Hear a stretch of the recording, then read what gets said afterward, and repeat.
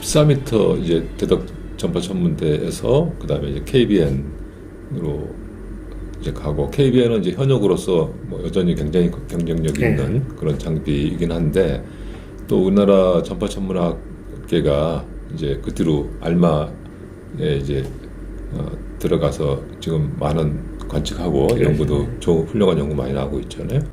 이제 앞으로 SK 사이언스가 2030년대에 천문학계에 이제 아마 큰 임팩트를 또 줄 텐데요.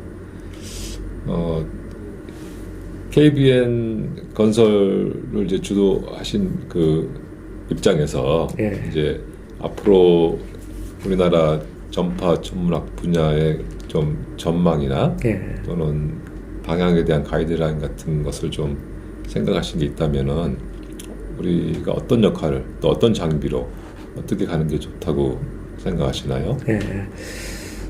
저희가 이제 그 14m부터 그 얘기를 했지만, 저희가 이제 주력으로 해온 그 관측 장비라든가 그런 사이언스 쪽이 주로 이제 밀리미터 영역 쪽, 그렇죠. 컨티늄이든 뭐 나인이든 그쪽으로 이제 많이 해왔잖아요. 그래서 그 잘하고 지금까지 해왔던 바탕이 있는 데는 더 이제 잘할 수 있도록 키워서, 그래서 결국은 저희가 그래서 알마로 간 것도 말하자면, 먼저 알마 쪽은 저희가 이제 기본 바탕이 밀리미터기 때문에 뭐 230기가 또 300기가면 그건 서브밀이니까, 그리고 밀리미터 기술하고 연계가 되고 사이언스도 상당히 이제 많이 비슷한 그러기 때문에, 그래서 알마 쪽을 이제 가서 적극적으로 지금 또 하고 있고, 또 VLBI 쪽도 점점 이제 서브밀이 VLBI까지를 올라가잖아요. 그래서 그게 이제 EHT로 지금 연결이 되어 있는 거고. 이벤트 호라이즌. 이벤트 호라이즌. 그래서 우리 이벤트 그런 쪽에 이제 하기 위해서도 평창 같은 경우는 230기가대가 관측할 수 있게 그 수신 시스템을 지금 만들었잖아요. 그래서 이벤트 EHT로 가면서 완전히 서브밀리까지를 가고, 이제 또 그런 측면에서 그쪽으로 앞으로 이제 또 그런 세계적인 추세를 가서 그쪽으로 연결되는 게 그쪽에 지금 국방부에 있잖아요. 다음 시스템 미국 쪽에서 역점적으로 하고 있는 게 넥스트 제너레이션 VLA. 그게 이제 우리 쪽 KVM 밴드하고 많이 매칭이 되거든요. 그러니까 NG VLA가 앞으로 이제 되면은 KVN하고 또 코워크를 많이 하게 될 것 같아요. VLBI든 또 수신 시스템에 있어서도 NG VLA에서도 우리 같은 그런 멀티 채널 그런 동시 관측 시스템을 또 자기들도 생각을 하고 있는 것 같고, 그래서 그쪽 방향이 이제 있고 아주 높은 주파수. 또 하나는 지금 말씀하신 SKA는 그보다는 이제 낮은 주파수잖아요. 그렇죠. 센티미터라든가 더 낮은 거. 그리고 이제 좀 더 SKA 하이라고 하면은 이제 한 22기가 정도, 하여튼 그런 정도까지인데, 그쪽은 그쪽대로 이제 SK를 통해서 우리가 또 다른 이제 사이언스, 또 다른 어떤 그런 전파 시스템을 해서 키워나가고, 그래서 이제 전파 같으면 앞으로 큰 그런 대형 첨단 장비의 그런 두 가지의 주류 방향이 앞으로 형성될 것 같고, 시스템적으로나 또 사이언스적인 측면에서도 그렇지만 서로 이제 상당히 이제 다른 면도 있으면서 서로 상보적으로 같이 또 협력을 해야 될 그런 그 사이언스도 있고 시스템적인 것도 있기 때문에 그걸 잘 조화를 맞추는 게 중요할 것 같거든요. 지금 말씀하신 내용 들으니까 제가 하나 깨달은 게, 우리나라는 그러니까 좀 처음에는 우연일 수도 있겠지만은 밀리미터 파 쪽으로 가게 됐단 말이죠. 근데 이제 중국은 그렇게 하이 프리퀀시를 안 가고 이제 자꾸만 장파장 쪽으로 가고 있단 말이에요. 그래서 이제 베스트 같으면 그게 500m인가 이게 그 큰 거. 그래도 세계적으로 제일 큰 걸 추가하는 땅이 많아서 그런지 큰 거 하다 보니까 이제 장파장을 할 수밖에 없고, 이제 뭐 중요하죠. 뭐 21cm 파 관측할 수 있으니까. 우주에 제일 많이 이제 있는 게 수소니까요. 근데 우리가 밀리미터로 가는 이유는 우연만은 아닌 것 같은 게, 우린 또 땅이 또 너무 크게 차지할 수 없으니까 적당한 규모이면서도 이제 훌륭한 사이언스를 할 수 있는 네. 그런 거로 참 좋은 선택이었던 것 네. 같습니다. 또 밀리미터나 서브메리 그쪽은 사실 이제 전파 전문에서도 많이 연구가 안 된 분야거든요. 네. 왜냐하면 그런 수신 기술이 사실 굉장히 그 첨단에 해당되고 어렵기 때문에 많이 안 된 분야인데 우리는 이제 과거만이 하여튼 그쪽으로 이제 하면서 그런 쪽 기술을 많이 지금 그렇죠. 축적해 가고 밀리미터 천문학이라는 이제 단어가 사실 그 어느 순간 생긴 거잖아요. 그렇죠. 옛날에는 없었던 그렇죠. 그런 보통 윈도우여가지고. 센티미터 쪽 이제 예. 그 중국 같은 데는 아무래도 이제 그 천문학보다는 어떤 의미로 보면은 그게 이제 우주 개발이랄까 이제 그런 쪽을 더 우선으로 하다 보니까 그러면 우주 그 달에 보내고 화성에 보내고 어떤 우주 통신의 그런 관점에서 보면은 밀리미터 쪽은 많이 안 쓰거든요. 그다음에 그게 이제 센티미터 쪽 영역 이제 그런 쪽을 많이 쓰기 때문에 그렇죠. 실제로 중국에서 VLBI 시스템이라든가 또 큰 망원경들은 그게 이제 결국 새틀라이트 미션이 많이 있습니다. 그게 이제 전파 천문은 이제 두 번째라고 봐야 돼요. 제가 조금 이제 우려가 되는 게 이제 우리 천문연구원이 우주항공청 산하가 네. 됐잖아요. 네. 이제 긍정적인 이제 측면에서는 이제 한국천문연구원이 하고 있던 여러 가지 이제 연구 분야 또 개발 분야에서 우주 분야가 이제 더 강화가 될 수 있는 좋은 기회이어서 네. 이제 그쪽 방향의 긍정적인 측면이 현실적으로 일어났으면 좋겠다 하는 네. 측면에서 이제 우주항공청으로 들어가는 것을 환영을 했는데 네. 또 한편으로는 이제 우려가 됐고 지금 어느 정도 현실이 된 그런 게 뭐냐면은 지상천문학의 쇠락 그게 이제 굉장히 걱정이 되고 우주 관련된 사업은 굉장히 이제 지원을 하고 과제도 이제 신설되는데 유리하고 하는데 전통적인 그 과학 천문학 또 전파 천문학 이론 천문학 또 뭐 이런 천문학 이런 분야들은 전혀 관심이 없다고 할 정도로 지금 굉장히 좀 걱정이 되는 상황이에요. 그러니까 그렇게 된 이유가 우주항공청이 만들어질 때 그 기관의 컨셉이 미국의 나사를 그대로 받아서 네. 들어온 건데 미국은 천문학을 하고 있는 국제기관이 나사, NOAO, 네. 국립과학천문대, NRAO, 전파천문대, 국립전파천문대. 하버드 스미소니언 뭐 그리고 이제 국립 그리고 저 무슨 군대 이제 뭐 네이벌 업저버터리 뭐 그런 것들도 있지만 하여튼 기본적으로 이 전파와 광학과 우주를 맡은 세 개 국책기관이 있는 건데 그 세 개를 다 하고 있는 기관이 천문연이었는데 천문연을 흡수하면서 나사의 개념만 따랐단 말이죠. 따라서 지상 천문학인 광학과 전파가 지금 위축될 가능성이 굉장히 커졌고 그래서 특히 이제 지금 이 시점이 그런 전환기가 될까봐 걱정이 좀 많습니다. 네. 저도 사실 그런 똑같은 그 우주청 산하로 들어간다고 했었을 때 그런 똑같은 우려를 했었고 네. 실질적으로 또 지금 이제 되어가지고 또 진행되는 거 보면은 지금 말씀하신 대로 그런 게 사실 우려가 되지 않을 수가 없거든요. 지금 현실이 되고 있습니다. 네. 그게 미국도 그렇지만 사실 일본도 마찬가지거든요. 일본이 작사고 있으면서 일본도 국립천문대가 따로 있잖아요. 그렇죠. 국립천문대 그대로 있으면서 그렇죠. 작사가 있는 거잖아요. 네. 그리고 일본 그 작사도 일본은 네. 또 우주과학연구소 아이사스가 따로 또 있었어요. 예. 근데 이제 아이사스가 그런 지금 말씀하신 우주과학 또 우주 전문 쪽이라든가를 하고 있었는데 일본은 이제 그 작사로 아이사스가 통합이 되었죠. 우주 관련이 작사로 다 해. 그렇지만 국립천문대는 절대 안 건드리죠. 그대로 그렇죠. 있죠. 그래서 국립천문대가 이제 지상 쪽이라든가 지금 말씀하신 대로 또 이론이라든가 그런 천문학 이제 국립천문대적인 기능도 하면서 그런 쪽 천문학을 하고 우주 천문 쪽은 연구그룹이 국립천문대도 있으면서 이제 작사 쪽하고 서로 기관 대 기관의 어떤 공동의 협력 관계 긴밀하게 예, 하고 있지 기관 자체가 안에 들어가지고 그렇게 하진 않거든요. 예. 일본도 그런 좋은, 미국도 마찬가지 지금. 근데 우리는 그게 지금 다르잖아요. 그에 대해서 천문학회라든가 천문학하는 사람으로서도 뭔가 하여튼 앞으로의 방향을 좀 생각을 해볼 필요가 있지 않나 생각이 되고. 네, 이 문제는 아마 우리 한국천문학계에서 커뮤니티 의견을 모아서 지금 상황을 좀 타개할 수 있는 방법을 한번 찾아봐야겠어요. 네.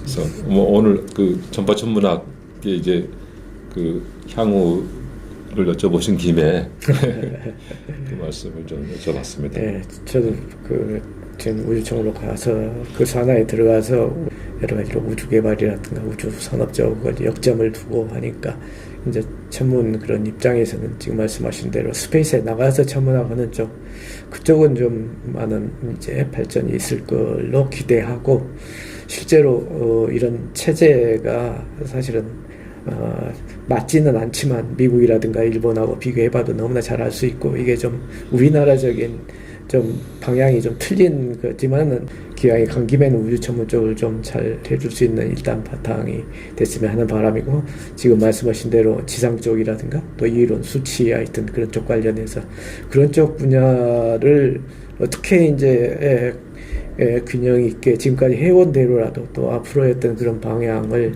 잘 설정을 해서 잘 해나갈 수 있는 방안을 강구해야 되고 국립천문대적인 기능을 회복할 수 있는 연구원 체제를 다시 갖출 필요가 있지 않나 그런 생각이 되거든요. 네.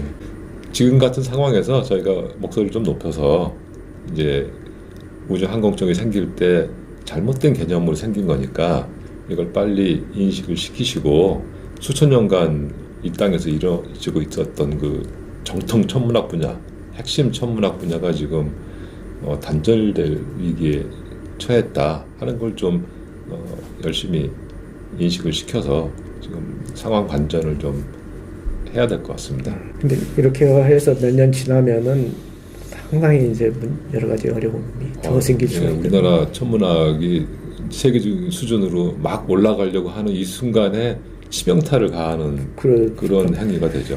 그리고 저희들도 이제 전파 쪽에서도 KBN이다, 알마다, SKA다 그렇게 이제 커나가는 단계고 광학 쪽에서도 GMT 쪽이라든가 이제 그런 쪽 지금 이제 뭐 가장 중요한 건 이제 우리가 그 대형 분광망원경 건설을 해서 지금 분광의 시대가 지금 코앞에 임박했거든요. 지금 대형 분광망원경을 세우지 않으면은 다시는 우리가 그 천문학 이 과학 천문학 분야에서 경쟁력 있는 사이언스를 또 못 하거든요. 그렇죠. 계속 남의 망원경 써야 되고. 그리고 한번 그런 어떤 인력 양성이라든가 그런 단계가 그런 어떤 여건에 의해서 한번 그 주춤하거나 끊어지게 되면은 그 다음에 새로운 그런 인력을 키우고 난 그게 굉장히 어려워요. 그럼요. 이미 다 딴 데 분산이 되어버리고 그렇죠. 인식이 그렇게 바뀌어 버렸습니다. 그 인력이 흩어지고 또 그 프로젝트 추진하던 모멘텀이 잃어버리고. 그렇죠. 그건 다시 하기 어려워지죠. 하여튼 뭐 어려운 얘기 이제 그 정도 하고 조금 더 이제 조 박사님 좀 편하신 얘기로 그 지금까지 이제 주로 이제 그런 사업 얘기를 많이 했는데 좀 짧게라도 이제 그 만경 항성 연구 평생 중점적으로 연구하시던 그 연구 좀 얘기하시면서 거기서 어떤 재밌는 과학적 발견 같은 것이 있었는지 좀 들려주시죠. 네, 저는 사실 이제 그 우선 전파 쪽에서도 그 서멀라인이 아니고 메이저 쪽, 그 메이저에서도 이제 SIO 실리콘 모노사이드 SIO 이산화교수 메이저 쪽을 처음 이제 시작을 사실 했었는데 그 SIO 메이저가 나오는 게 전체에서는 이볼브드 스타 쪽에서 가장 많이 나오고 그 다음에 이제 스타포밍 리전 쪽에서 몇 개가 나오고 그러는데 제가 이제 그런 전체를 연구할 수 있는 하나의 이제 중요한 툴의 하나가 이제 SIO 메이저하고 또 좀 더 이제 확장을 하자면 H2O 메이저, 뭐 이제 이 두 메이저가 가장 이제 중요한 툴이었거든요, 제가 하는데. 그래서 처음에 이제 가장 많이 나온 이볼브드 스타 쪽, 그쪽은 제가 이제 처음에 시작을 한 게 카요 박사님 그 영향으로 아마 45m 망원경을 써서 에사요 메이저의 40기가대 여러 채널의 에사요 메이저들을 동위원소 포함해서 한 100여 천체를 쭉 서베이를 이제 쭉 해서 그 서베이 결과적으로 이제 통계적으로 처리해서 거기에서 어떤 특성들이 나오느냐, 메이저적인 것 포함해서 그 소스, 그 만경성 단계별 만경성이라도 그 진화 단계가 각각 다르거든요. 그 이제 진화함에 따라서 그 메이저에서도 그 특성이 나타나리라고 생각을 했고 그런 쪽을 쭉 다뤘었는데, 그래서 저희가 이제 KBN으로 와서도 이제 그 비슷한 연구를 해서 KBN 싱글 디슈로는 이제 쭉 그 싱글 디슈는 결과적으로 그 서베이적인 많은 천체를 관측을 해서 거기에서 이제 어떤 통계적인 해석을 해서 뭔가 그쪽에 관계된 사이언스를 꺼내고, 또 하나의 방향으로서는 개별 천체, 재미있는 천체에 대해서는 그걸 이제 메이저라는 게 굉장히 변광을 많이 하기 때문에 그걸 쭉 타임 모니터링을 해 가면서 개별 천체에서 그와 같은 변화가 어떻게 나타나는가. 그리고 그걸 싱글 디슈는 그 대신에 여러 천체를 해서 그 진화 단계라든가 별 특성이 각각 다른 것을 해서 거기에서 이제 어떤 특성을 알아내려고 하는 거고, 개별 천체나 그 소스 자체에 집중을 해서 변광적인 거, 그 다음에 이제 VLBI 같으면 그 이미지 관측을 해서 메이저가 나오는 부분, 또 각 그 에사요 메이저 트랜지션이 다르니까 트랜지션은 다르다는 건 에너지가 다른 거고, 에너지가 다르다는 건 그 별의 메이저가 나오는 위치가 다른 걸 얘기하거든요. 각각 그래서 다르고 H2 메이저는 그보다 더 다르고. 그래서 그 다른 메이저를 서로 보면은 별 전체의 모습 중에서 각각 층계별로 볼 수가 있거든요. 광구가 있고 대기가 있고, 그 다음에 이제 엔벨로프가 있고, 그 다음에 서말 있는데 쭉 이제 성간 공간으로 간대. 그 에사요 메이저는 대기 중에서 많이 나옵니다. 그리고 트랜지션에 따라서 대기도 어느 부분을 보느냐가 있고, 그 다음에 이제 먼지층이 있으면 먼지층 위에 22가 H2 메이저는 먼지층 위에 엔벨로프에 있는 거. 그쪽은 이제 어느 정도 별의 그 메스로스에서 익스펜전 벨로시티가 말하자면 터미널 벨로시티 가까이 간 영역에서 나오고, 그건 대기에서 나오는 것은 아직 터미널 벨로시티가는 못 가고 그 대신에 가속되는 그런 영역이거든요. 그래서 그것을 복합적으로 다 관측을 해서 그런 별 전체 대기 엔벨로프 전체의 모습을 보면서 그게 이제 운동학적인 것을 이제 연구를 하고, 그게 메스로스가 어떻게 진행되고, 그게 이제 어떻게 이제 진화 단계별로 그런 특성들이 어떻게 달라지는가 하는 것을 보는데, 저는 그래서 보통 제 또 이볼브드 스타 쪽에서 또 AGB라고 보통 그러잖아요. 그래서 거기에서 AGB 별은 진화 단계상으로 보면 세미레귤러가 있고 미라가 있고 OHIR이 있고, 그 다음에 거기서 진화 포스트 AGB가 있는데, 진화 단계상에서 각각 메이저들이 어떤 특성을 나타내고 있다 하는 것들을 지금까지 KBN으로 관측하면은 그럼 앵귤러 레졸루션이 어느 정도 되나요? 싱글 디슈로 할 때는 밴드에 따라 다르지만 40이고 50이고 50 악세컨드예요. 그 다음에 이제 VLBI로 하면은 그게 이제 초단위로 나가죠. 저는 밀리 악세컨드 가는 줄 알았더니 그건 아니네. 밀리 악세컨드까지는 더 이제 레졸루션이 그 정도까지 가려면 베이스라인이 몇천 킬로는 더 되면은 밀리 악세컨드, 마이크로 악세컨드까지도 갈 수도 있고 그러는데, 보통 그 AGB 스타는 이게 옥시전 리치 스타에서 시작이 되거든요. 대기라든가 엔벨로프가. 왜냐하면 별이 태어날 때는 옥시전이 많아요. 성간 구름에서는. 그래서 그 별이 옥시전을 가지고 AGB 단계까지는 가거든요. 근데 이제 진화를 하면서 안에 내부의 핵융합 반응에 의해서 그 헬륨 버닝이 나타나면서 카본이 많이 만들어지면서 이게 펄세이션이라든가 컨벡션에 의해서 그 카본이 밖으로 표출이 됩니다. 그러면서 대기 쪽 엔벨로프에 카본이 많아져요. 그러면 옥시전 리치에서 카본 리치로 바뀌어져요. 근데 그게 이제 모든 별이 다 그러냐? 그런 건 아니고 질량에 따라서 보통 질량이 1에서부터 뭐 한 3 솔라메스에 해당되는 그런 쪽은 옥시전 리치에서 카본 리치로 해서 그걸 서드 드레지압이라고 하거든요.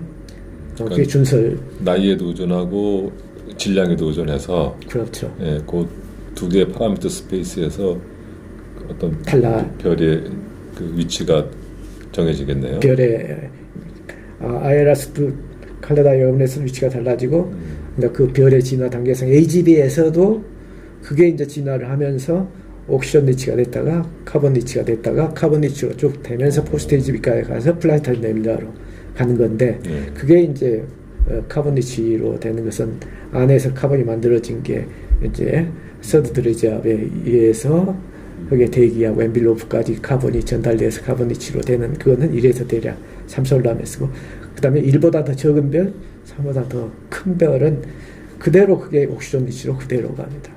그래서 포스트 AGB에서도 옥시전 리치를 가지고 있고 그래서 쭉 서베이를 보면 크게는 카본 리치하고 옥시전 리치로 그게 두 가지로 케미스트리가 바뀌는데 그 중간 단계가 있어요. 옥시전 리치에서 카본 리치로 넘어가면서 옥시전하고 카본이 비슷해지는 그걸 S스타라고 하거든요. 가고 있는 별. 예, 중간에는 많지는 않은데 S스타. 거기에 따라서 이제 SIO 메이저라든가 H2O 메이저 특성이 달라진다. 왜냐하면 SIO라든가 O를 가지고 있잖아요. H2O도 O를 가지고 있잖아요. 그래서 이건 옥시전 리치가 아니면 카본 리치에서는 H2O나 SIO 메이저가 나오질 않아요. 거기는 이제 카본 CO라든가 이런 열적인 라인만 나오지 H2O라든가 SIO 옥시전을 포함하고 있는 메이저가 나오질 않아요. 그런 SIO 그 서말 라인은 이제 카본 리치에서 서말 라인은 이제 나오죠. 그런 메이저는 안 나와요. 그리고 S스타는 옥시전하고 카본하고 비슷비슷하기 때문에 거기에서 SIO가 어느 정도 나오다가 이제 메이저가 디텍트가 안 되고 H2O는 전혀 안 되고 그래서 그걸 전체적으로 쭉 서베이를 해보면 그 많은 별들을 그 특성이 이제 보이기 때문에 그런 진화 단계 또 그 메이저들이 세기가 얼마가 됐느냐에 따라서 질량 방출이 어느 정도 크기가 되느냐 그런 것을 연구를 한대. 원래 태양 질량보다 작은 별은 이제 아직 적색 거생 단계로 갈 수가 없었을 텐데 얘네들은 이제 그 동안에 매스로스가 심해서 지금 그 자이언트 페이지에 있는데도 불구하고 태양 질량보다 작은 게 있단 말이죠.